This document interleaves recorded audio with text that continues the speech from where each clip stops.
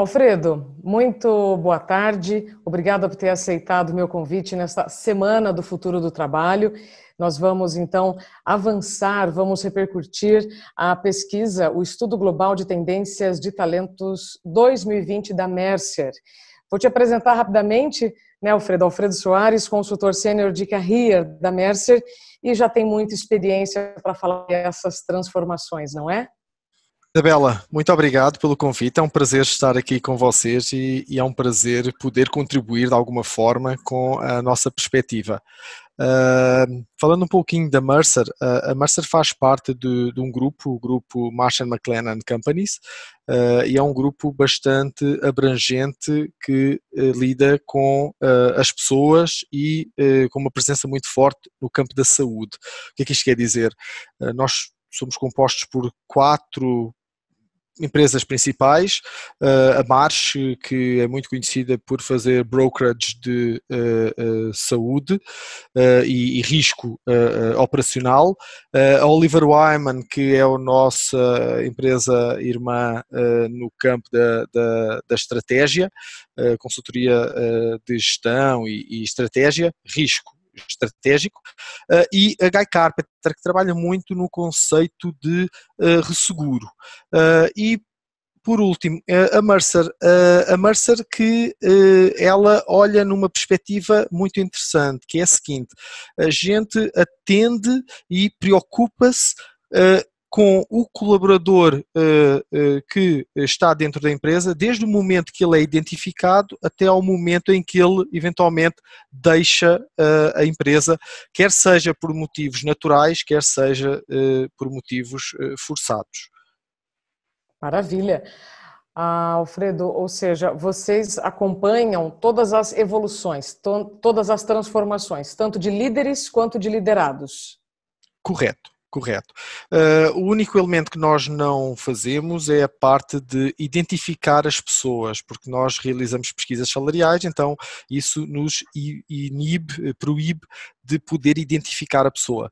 Mas a realização de assessment, a realização e a definição de políticas de gestão de pessoas, quer ao nível de remuneração, quer ao nível de desenvolvimento de executivos, tudo isso a gente desenvolve e apoia as empresas. Perfeito.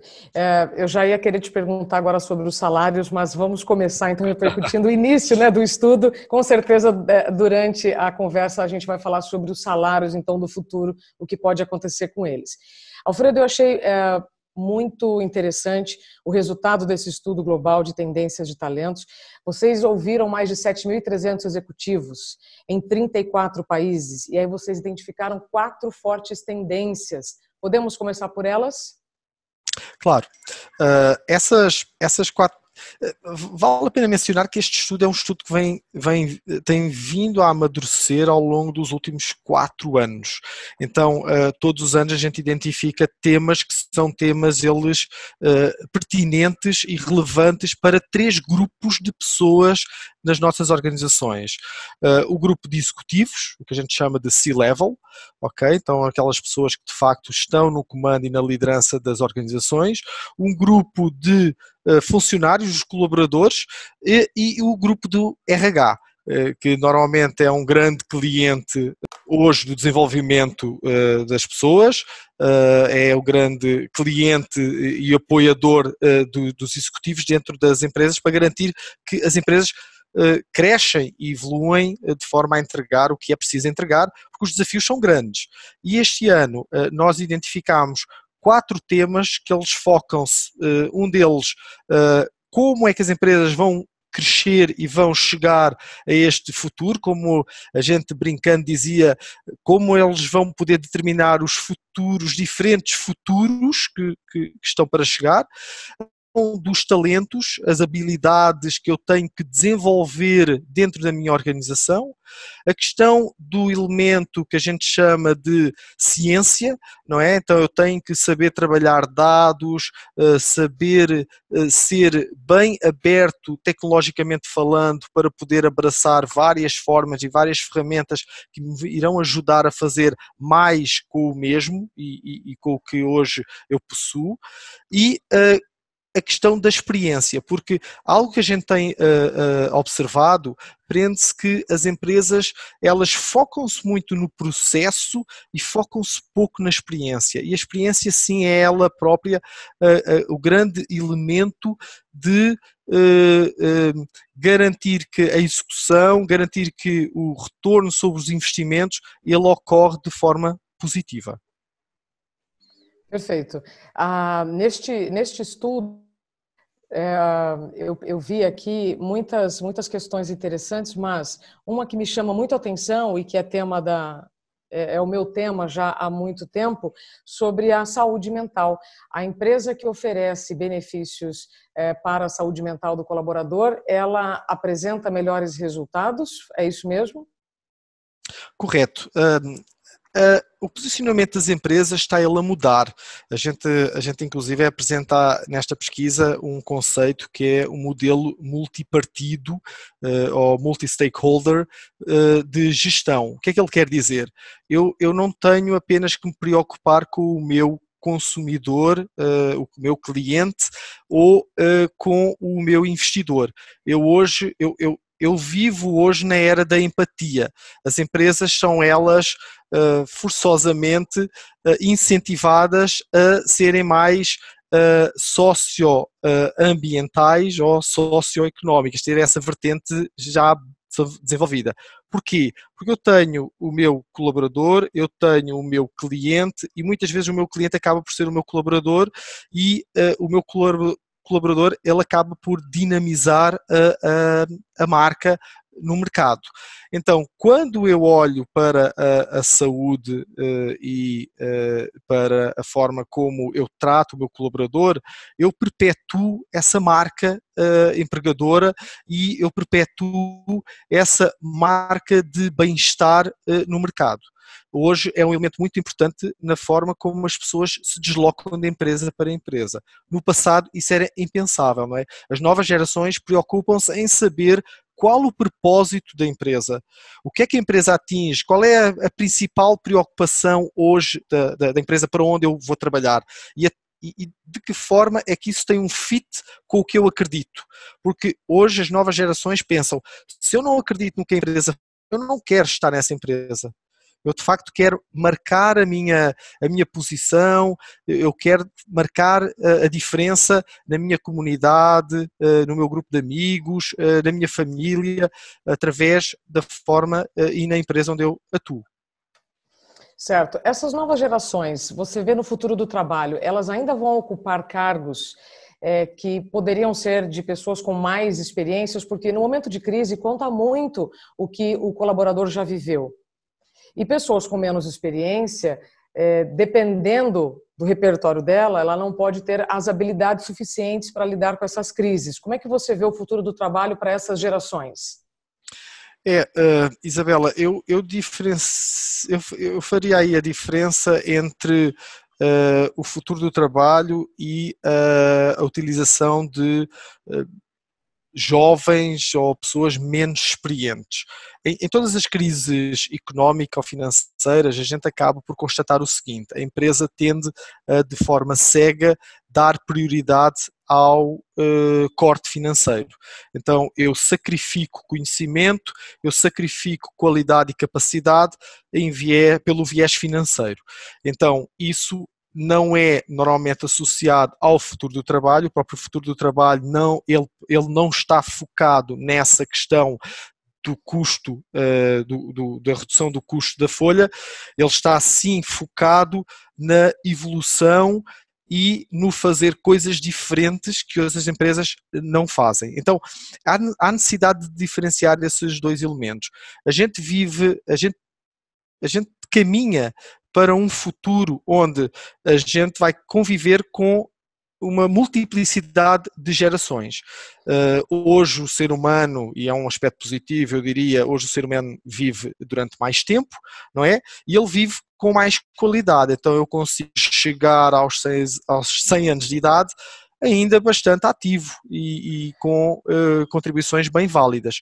O que quer dizer que as empresas vão ter que se preparar, e hoje já se começam a preparar, para conviver com esse conhecimento, essas pessoas que são mais séniores, mais conhecedoras, que têm toda uma experiência que pode acrescentar valor, e um conjunto de gerações jovens, abertas para a tecnologia, que gostam de ser desafiadas, e essa combinação eu acho que faz o equilíbrio ideal para qualquer organização. Então, eu tenho que ter algum cuidado quando eu penso em que os novos cargos vão significar cortar pessoas séniores. Não deverá ser essa a leitura. O que a gente vai eventualmente ver é que os cargos eles se vão transformar.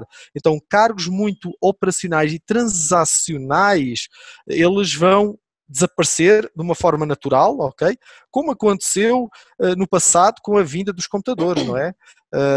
Antes da existência dos computadores havia imensos trabalhos por exemplo, de datilografia que eram realizados que deixaram de ser relevantes. Hoje eles não existem, mas não é por causa disso que de repente o mundo acabou. Não, o mundo transformou-se e é para essa transformação que a gente tem que estar preparados. Perfeito. Já vamos entrar mais a fundo na transformação que vivemos em dias, né, o que ainda viveríamos em anos. Alfredo, qual é o maior obstáculo neste momento para esta transformação? Nós temos cada vez mais máquinas e vejo que as pessoas estão retomando também o seu protagonismo, porque nós já estamos aprendendo a diferenciar quais são as melhores capacidades da máquina e quais são as nossas melhores habilidades.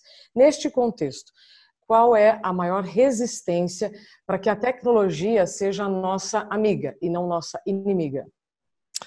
Ótima pergunta, Isabel. Teria uma ótima resposta se fosse há uns meses atrás. Eu hoje já não consigo ter a mesma resposta. O que é que eu quero dizer com isto? Nós estamos hoje a viver na quarta revolução industrial, não é? E a inteligência artificial, todos os conceitos de agilidade, de design thinking, co-creation, que toda a gente hoje fala, os times Scrum e por aí vai, eram vertentes e conceitos que as empresas estavam a adotar de uma forma gradual. Isto há umas semanas atrás, antes do Covid-19, antes desta pandemia que a gente vive atualmente. Hoje, toda a gente foi forçada para viver um mundo digital acelerado. O que é que eu quero dizer com isto? O maior obstáculo começou a ser o ser humano. Porquê? Porque quando você define uma estratégia de desenvolvimento tecnológico mal estruturada ou que não é comunicado, isso gera incerteza, isso gera insegurança. Então, o maior obstáculo era hoje, ou há umas semanas atrás, eu próprio. Porquê? Porque essa insegurança faz com que eu temesse pela minha posição, pelo meu cargo, pelo meu futuro. Então, eu próprio seria essa resistência. Hoje fomos todos forçados, eu diria, e de uma forma positiva, por uma razão negativa, a trabalhar a partir de casa, utilizando tecnologia operada remotamente, e isso fez com que a gente tivesse que desenvolver uma vertente de abertura a novas tecnologias e ver este trabalho remoto, este uso ou elemento amigável da tecnologia de uma forma muito positiva. Então, hoje eu consigo dizer que a resistência eu vejo mais como a falta de clareza sobre essa estratégia tecnológica, mas há umas semanas atrás eu dizia que eram as pessoas. Você acha que também nós podemos incluir a resistência ao novo? Porque antes as mudanças elas demoravam mais para acontecer. Então as pessoas nós, né? Eu também faço parte das pessoas. A gente sempre pensa, não, amanhã eu aprendo, ou tá rolando ali uma reunião online, depois eu aprendo, né? Esse depois pode pegar a gente de calça curta, né? E as mudanças agora estão acontecendo muito mais rápidas. No estudo global de vocês, voltando para a repercussão destes dados, me mostra aqui, né, que o mercado está cada vez mais exigindo agilidade para se adequar a essas novas tecnologias, esses novos conceitos. Muitas empresas que já tinham alguns funcionários fazendo home office tiveram que colocar todos que podiam dentro do home office. Aquilo que era sonho para alguns se tornou pesadelos para outros por falta da cadeira adequada, do ar-condicionado, né? Muita gente reclamando aí da falta do que tinha dentro das empresas. Como é que você vê esse resultado, Alfredo, e o que disso vai continuar quando o novo normal chegar? Um par de observações. O primeiro, a gente não podemos ter, eu diria, a pretensão de acreditar que está tudo ok. Não está. Eu acredito que a nível global e não só o Brasil, a gente vive um momento temporário. O que é que isto quer dizer? Muitos gestores e muitas empresas ainda pensam que daqui a algumas semanas nós voltamos ao normal. Eu vejo também que esse normal não vai ser o normal do passado. No entanto, há muita gente com quem a gente fala que não, que ainda acredita que isto é uma situação pontual, os computadores, os laptops e os desktops que as pessoas levaram para casa vão ser devolvidos e que eventualmente esta política de home office que foi forçada, ela eventualmente deverá ser atenuada ou desaparecerá. Eu vejo que essa realidade é uma realidade de pessoas que estão com uma visão míope e pessoas que não querem aproveitar este momento para de facto dar esse passo de desenvolvimento. Eu acho que daqui a algum tempo sim a gente vai regressar de forma diferente, mas a gente vai regressar com uma flexibilidade e um olhar ao equilíbrio da qualidade de vida diferente. O que é que isto quer dizer? Eu não vou querer mais, e dadas as provas que a gente teve agora neste momento, eu não vou querer mais passar 1 ou 2 horas dentro de um fretado ou na rodovia para chegar ao meu escritório. Não. Eu quero de facto estar em casa, eu quero trabalhar a partir de casa porque eu consigo provar que eu sou eficiente, que eu sou de facto tão ou mais dedicado do que se eu estivesse no escritório e que eu consigo de facto estar em contacto com os meus pares e estar em contacto com os meus clientes internos e clientes externos. Então, dadas essas provas, eu acredito que toda a gente ganha. As empresas vão ganhar porque esse novo normal vai ser um normal com um custo mais baixo, eu vou precisar de menos metro quadrado no meu escritório, eu vou eventualmente ganhar porque as pessoas vão ficar muito mais contentes, porque elas irão trabalhar dentro do horário normal, mas num ambiente muito mais confortável. Mas, e aqui em tom de brincadeira, Isabela, claro que as pessoas vão ter é de ter uma cadeira apropriada, não é?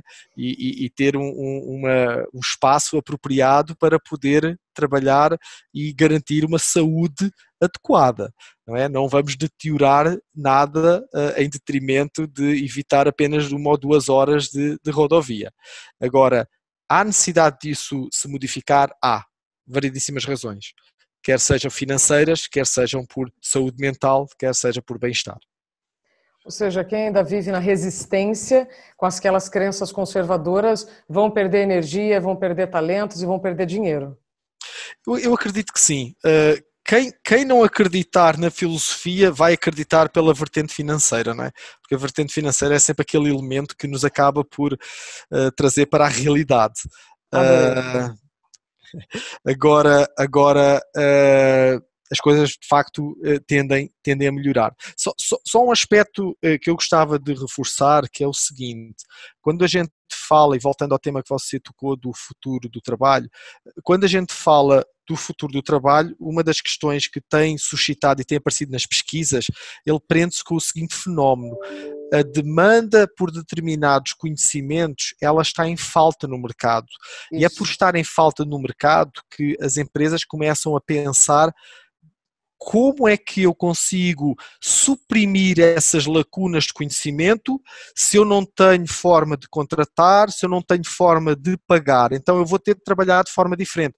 Eu vou ter de trabalhar com o que a gente hoje já chama de gig economy, que é o quê? É partilhar recursos. Hoje falava-se sobre a situação de várias empresas partilharem elas recursos. Então imagine você ter um funcionário seu que pode estar a trabalhar para a sua empresa e para a empresa concorrente da sua. É uma Nossa. realidade que hoje se fala. Eu vi um estudo onde de facto já estavam identificadas empresas que elas próprias já estavam a partilhar esses recursos. Ou seja, Então, desculpa, tem o coworking, onde você já divide o ambiente com mais pessoas, e agora são pessoas que podem dividir o seu talento com mais empresas? exatamente, exatamente. Então estamos a falar de uma revolução, não é? Porque agora vantagens e desvantagens. Vantagens é que eu consigo suprimir as minhas necessidades de conhecimento, assim como outras empresas. As desvantagens, que eu diria mais receio, e é um receio que vem caracteristicamente do RH, ele prende-se com o facto do capital intelectual. Ele prende-se com o facto de como é que eu garanto que o conhecimento que eu passo a determinado colaborador não fica com ele, não fica apenas com ele, mas pode passar para outra empresa. Ou seja, são mais inseguranças de um ponto de vista de compliance do que propriamente de utilizar o recurso e o conhecimento que o recurso ou o talento pode adicionar. Uau, eu fico curiosa para entender como é isso na prática, como um profissional pode trabalhar em empresas concorrentes por conta dessa falta, né, então, de qualificação. Nos últimos meses, Alfredo, eu sempre falava, né, nas palestras, nós infelizmente temos um número muito alto de desempregados, né, que ultrapassa 12 milhões, infelizmente esse número vai aumentar, mas também temos muitas vagas em aberto por falta de qualificação. Esse é o momento em que muitas pessoas podem recomeçar, se reinventar, porque não adianta olhar pelo retrovisor, né? A gente precisa olhar para o que pode acontecer e para os empregos que podem surgir, porque muitos vão ficar no passado. Exato. Sim, mas os que vão ficar no passado, eles vão eventualmente abrir espaço para outros cargos. Como eu dizia, aquelas posições mais transacionais e operacionais, elas eventualmente se irão extinguir, elas irão ser substituídas por uma rotina, por um programa, mas outras irão ser desenvolvidas, não é? O cientista de dados são posições hoje que a gente fala e está em alta demanda. Uma curiosidade que eu observei, e é um cargo que já existe há alguns anos, não aqui no Brasil, mas nos Estados Unidos, que é um instrutor de carro autónomo. Então imagina alguém que se senta num carro que ele está a ser dirigido automaticamente e que a pessoa está por trás do volante. Caso o carro se sinta inseguro, ele desativa-se e a pessoa segura o volante. Então a pessoa é instruir a máquina para operar. Isto é hoje um cargo. Hoje leia-se desde 2017 que esta posição já existe. Okay? Então a gente está a falar de coisas que hoje a gente tem dificuldade inclusive em pensar nelas, mas que elas já ocorrem. Agora, tocar num tema um pouquinho, é a realidade, mas um pouco mais controverso, é o seguinte: o Brasil tem que mudar. O Brasil hoje ele tem muita mão de obra pouco qualificada. Há uma necessidade dos políticos e dos empresários investirem na qualificação das pessoas. Ou seja, quando a gente fala numa taxa de desemprego elevada, e como você corretamente mencionou, há demandas para determinadas posições, há falta de pessoas para determinadas posições, enquanto que eu tenho uma taxa de desemprego de 2 dígitos. Eu diria, contraditório. A questão é o que é que nós podemos fazer para que isso desapareça? O que é que nós podemos fazer para trabalhar num conceito mais de pleno emprego? E a única forma que a gente tem é, de facto, pensar em como qualificar a obra não qualificada e trazer essas pessoas para um mercado de trabalho que ele hoje pode ainda não existir para elas todas, mas que certamente vai dar espaço para essas pessoas. Aí sim. Agora, eu preciso assumir a rédea dessa qualificação também, né, Alfredo? Muitas pessoas que vão aqui nos acompanhar, ou perderam seus empregos ou podem perder, e eu também não posso esperar que alguém me apresente uma solução, eu também preciso ir atrás dela. Correto. A dúvida é qual é essa requalificação? Isso. Então, em que é que eu devo apostar? Claramente eu devo continuar, e o que eu vou dizer pode ser controverso ou debatido, que é, eu devo continuar a apostar no ensino superior, ok? Embora nós temos países na Europa onde ter o ensino superior ou ter o ensino médio, ele tem igual reconhecimento. Mas eu tenho que continuar a apostar que as pessoas de facto investem em conhecimento, e as pessoas que tiram o ensino superior, que elas continuam, elas não param, elas continuam a investir e a desenvolver-se. E hoje os cursos são os mais variados. Há imensos cursos disponíveis na internet, que a gente pode fazer de forma remota, adequada às nossas capacidades, às nossas formas e características de aprendizado, não é? Se eu gosto de ler, eu posso utilizar livros. Se eu sou uma pessoa mais de visual, que gosta de capturar as imagens, e então eu posso fazer por vídeo, eu posso fazer a solo, ou posso fazer interagindo com grupos. Então hoje o treinamento está muito mais simplificado. É uma questão das pessoas de facto tomarem e darem o primeiro passo. Maravilha. Alfredo, é mão na massa, né? Mão na consciência, mão na massa. Como você vê os departamentos de recursos humanos atuando daqui para frente? Quais habilidades você vê que serão fundamentais num currículo, numa entrevista de emprego? Como os RHs vão olhar também para estes futuros colaboradores? O que vai mudar? Um aspecto principal que os RHs vão olhar num currículo de uma pessoa é eventualmente os cursos que a pessoa vai tirando. O que é sinal desses cursos? Cursos. Os treinamentos que a pessoa vai desenvolvendo. Isso é um sinal de uma procura de conhecimento. Isso é um sinal de que a pessoa tem ânsia de aprender. É um sinal que a pessoa é flexível. É um sinal que a pessoa não está estagnada. Então, algo que o RH vai procurar é candidatos, pessoas que de facto não gostam de parar, não gostam de ficar estagnadas. Isto não é uma crítica às pessoas que ficam anos e anos a desenvolver a mesma atividade, mas é, ao inverso, um incentivo para que as pessoas procurem conhecimento. Com o desenvolvimento tão rápido que a gente está a assistir, é importante que as pessoas não parem, é importante que as pessoas se desenvolvam, se modernizem, não tenham medo de aceitar desafios. Hoje é comum a gente não ter medo de errar, e isso é um aspecto que as empresas têm desenvolvido e têm ultrapassado em termos culturais, que é aceitar o falhar. Okay? No passado, na geração Silent ou Baby Boomer, era complicado. As pessoas não aceitavam falhar. As empresas, se você falhasse, eventualmente era o fim da sua existência naquela empresa, ou da possibilidade de você crescer em determinada posição. Hoje não. Hoje espera-se que se falhe, porque quando você falha, você aprende. Você aprende a fazer de forma diferente e você cresce. E é muito esse aspecto. Então, o RH tem um foco principal e vai ter um foco principal nisso. Uma das preocupações das empresas é as várias competências que as pessoas eventualmente desenvolvem. É interessante o Alfredo ser um especialista, mas é mais interessante se o Alfredo conhecer várias realidades, porque quer dizer que o Alfredo se torna muito mais polivalente para a organização. Você menciona aqui as soft skills? Sim, a questão do relacionamento com as pessoas, o estabelecer working, não é?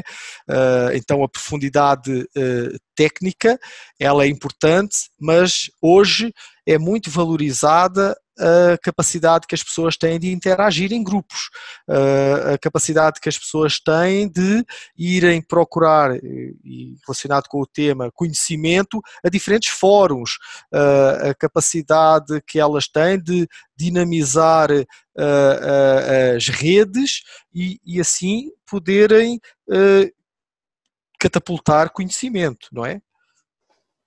Maravilha. Soft skills, isso está na fala de vários futuristas também, que eu já conversei, e os que eu ainda vou conversar, isso aí tá muito na pauta do que ainda está por vir. Partindo já para uma conclusão, Alfredo, nós falamos mais cedo sobre saúde mental, salário, quero falar sobre salário primeiro, para depois a gente finalizar com saúde mental. Você acredita que os salários podem ser reduzidos, inclusive na pesquisa de vocês, eu não me lembro agora qual é a porcentagem, que já previa uma redução no salário, previa um crescimento salarial estagnado, ou seja, em 2020 já não teriam. Lá em 2019, os executivos já viam que os salários ficariam estagnados. Agora, com essa realidade? Tem vários fenómenos para falarmos da estagnação dos salários, mas eu acho que o maior desafio relacionado com os salários prende-se com outro elemento, que eu já vou explicar. Então, o que é que a gente assiste quanto à questão da estagnação dos salários e trazendo também a realidade do Brasil? Uma delas é quando a gente fala, e muitas das vozes são elas de origem europeia, a gente vê uma inflação muito baixa, a gente vê um custo de vida a crescer muito pouco, o que quer dizer que cada vez mais o salário base tende a não crescer tanto, ok? Então isto também faz com que, por variedíssimas razões, sendo elas custos operacionais e custo de serviço ou de produto das próprias empresas, elas tendem a travar tudo o que são custos que podem ficar permanentes e encarecer muito o desenvolvimento e a operação da organização. Então, esta é uma das vertentes, causada pela maior estabilidade económica que a gente assiste, eu até me atreveria a dizer global, ok? Porque a gente conseguiu assistir o Brasil num reduzido espaço de tempo a reduzir substancialmente uma inflação de 2 dígitos para um único dígito muito baixo, não é? Que este ano poderá ser desafiado pela pandemia, mas se tudo estivesse ok, o Ministro da Economia ele iria trazer essa estabilidade económica para o Brasil. Então quer dizer que eu não vou ter muito espaço em mexer no meu salário base. Então sim, estagnação do salário base, mas com uma vertente, eu quero, e aqui eu trago um autor, o Peter Drucker, que tem defendido há imensos anos a questão da remuneração pela performance, pelo desempenho. Sim. Eu quero de facto garantir o quê? Eu quero garantir um salário que é ele um salário de manutenção, que a pessoa consegue assegurar a sua qualidade de vida, mas eu quero garantir que as pessoas enriquecem com base na sua performance. Então, a pessoa que melhor desempenhar deverá ter a sua remuneração mais agressiva. Isto incentiva e motiva as pessoas. É por aí que eu, de facto, quero entrar e eu quero incentivar.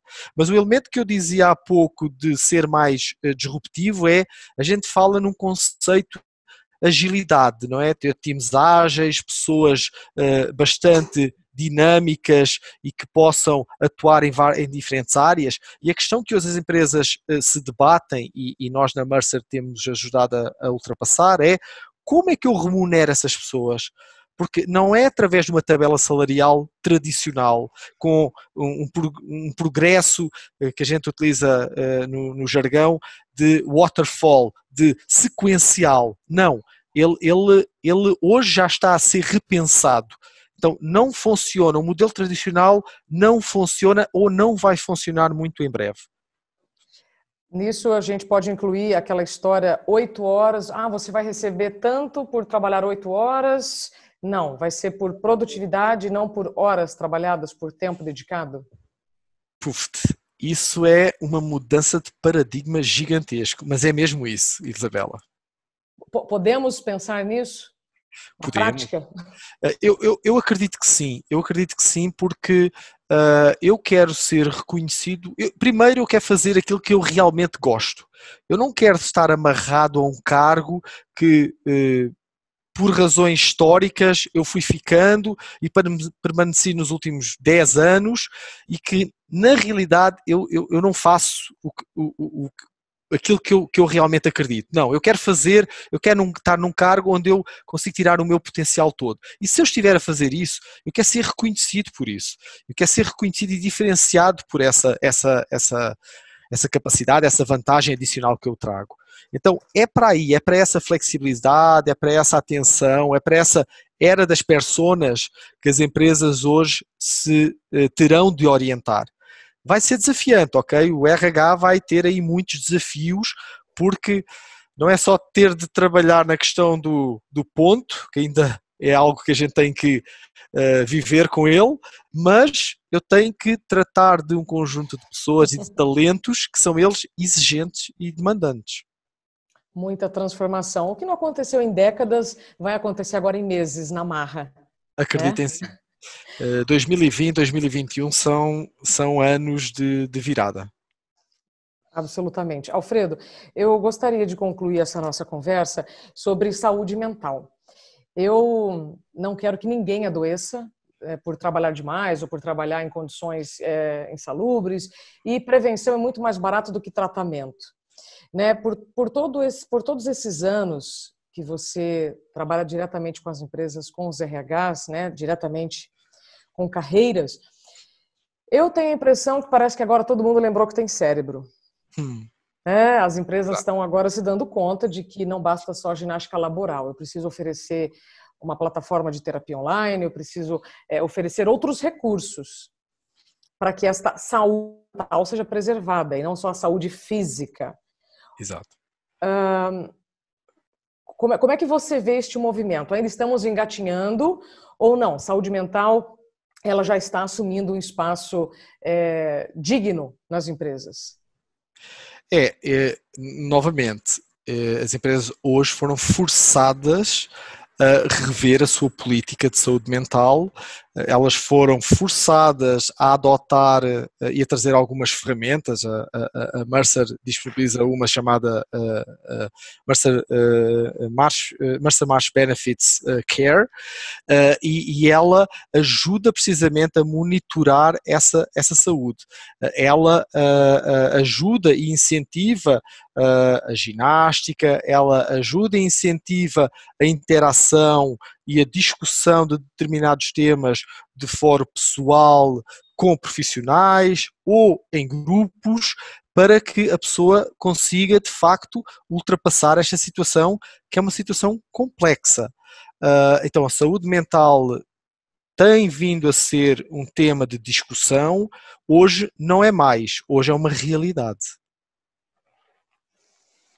Bom, então eu termino a nossa entrevista com essa boa notícia. Sendo realidade, eu acredito que até nos próximos estudos, se eu puder deixar uma contribuição, para quem viveu na pele uma situação dentro, né, da empresa, mas também estou aqui para mostrar que sempre há um recomeço, a gente falar mais sobre o assunto. Quanto mais a gente fala, mais as pessoas também se sentem confortáveis em buscar ajuda e oferecer ajuda.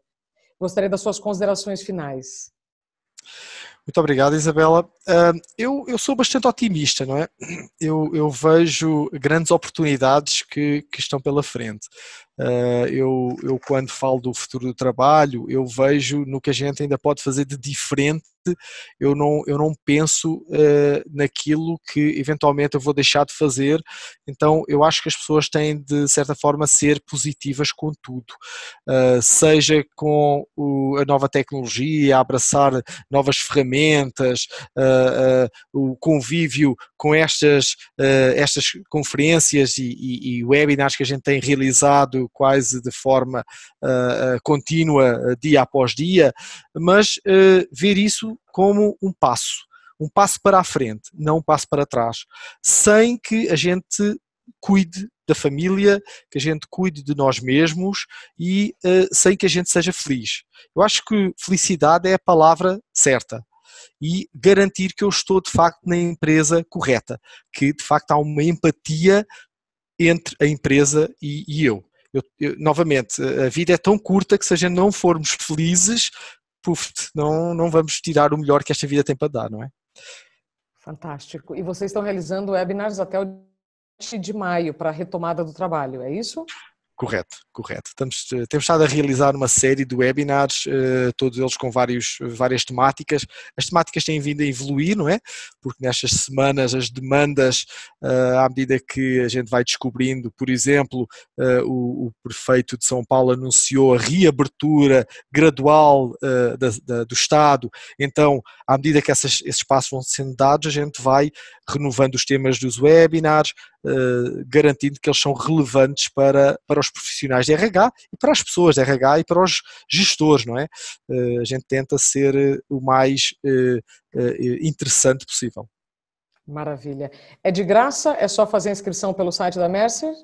Tudo gratuito. O objetivo de facto é ter a participação das pessoas, é disseminar o conhecimento, a informação. Eu acho que isso é o mais importante. Maravilha. Muito obrigada, Alfredo. Obrigada a você que nos acompanhou. Nós ouvimos o Alfredo Soares, consultor sênior de carreira da Mercer, e repercutimos então o Estudo Global de Tendências de Talentos 2020 desta grande empresa que faz consultoria em recursos humanos. Alfredo, muito obrigada pelo seu tempo, pela sua confiança e até breve. Bom trabalho para todos nós. Muito obrigado, Isabela.